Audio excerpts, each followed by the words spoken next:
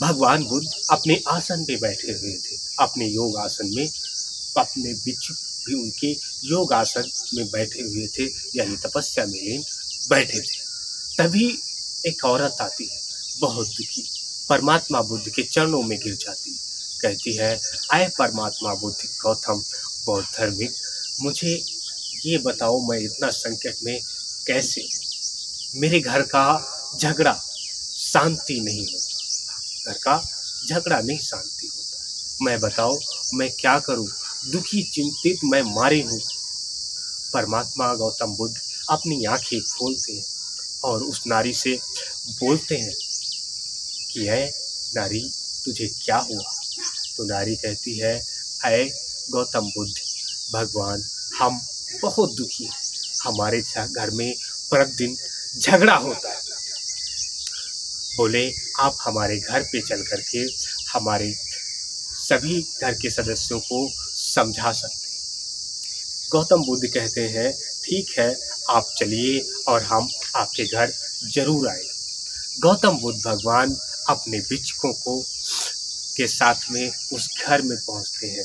उस घर में भिक्षा मांगने के लिए पहुंचते हैं और वो वहाँ पे उस घर में उनकी पतोह भी रहती थी और पतोह और सास और भाइयों में भी झगड़ा हुआ करता था और जेठानियों में भी झगड़ा हुआ करता था। काफ़ी ज़्यादा झगड़ा मचा हुआ था। गौतम बुद्ध भगवान वहाँ पे जब पहुँचते हैं तो देखते हैं और वो पुकार लगाते हैं, आहा भिक्षामि देहि, भिक्षामि देहि करते हैं और सभी लोग झगड़ा अपना रोक करके गौतम बुद्ध की बात को सुनते हैं। कहते हैं, झगड़ा शांति करके मुझे भिक्षा दो, झगड़ा शांति करके मुझे भिक्षा दो। तो वो गौतम बुद्ध के पास में सभी लोग आते हैं और गौतम बुद्ध की बातों को उस गांव के लोग, आधे से ज़्यादा गांव के लोग उस गांव के बात मानते थे गौतम बुद्ध भगवान की। तो वो इंसान भी सभी झगड़ा शांति करके गौतम बुद्ध के पास में आते हैं और उनके पैरों में गिर जाते हैं। कहते हैं कि हमारे घर का झगड़ा शांति ही नहीं होता, हमारे घर का झगड़ा शांति ही नहीं होता। तो गौतम बुद्ध भगवान उन्हें बताते हैं कि झगड़ा ये शांत नहीं हो रहा है, तो झगड़ने से क्या मिलता है, झगड़ने से क्या मिलता है, सिर्फ आपका सर का भार बढ़ जाता है, आपकी सोच ज़्यादा बढ़ जाती है और कुछ भी नहीं मिलता। चिंताएं हमेशा सताने लगती हैं झगड़े से, चिंताएं हमेशा सताने लगती हैं झगड़े से।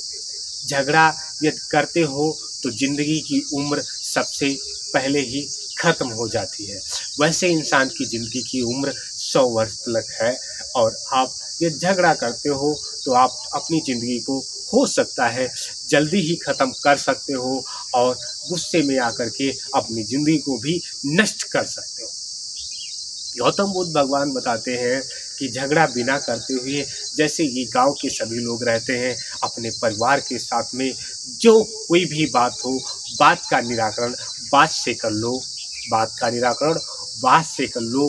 कोई ज़रूरत है तो ज़रूरत वो उससे कह लो, यह ज़रूरत वो नहीं देता है तो अपने गांव के बड़े बुजुर्गों से, दाऊ चाचा जो आपके लगते हैं, उनसे कह करके इनसे कहलवाओ कि हमारी ज़रूरत को वो पूरा करें, हमारी ज़रूरत को पूरा करें। उसके बाद वो सभी लोग क्या करेंगे, आपके ऊपर विचार करेंगे, आप सही कर रहे हैं या गलत कर रहे हैं, आप सही कर रहे हैं या गलत कर रहे हैं, तभी आपका शांति हो पाता है।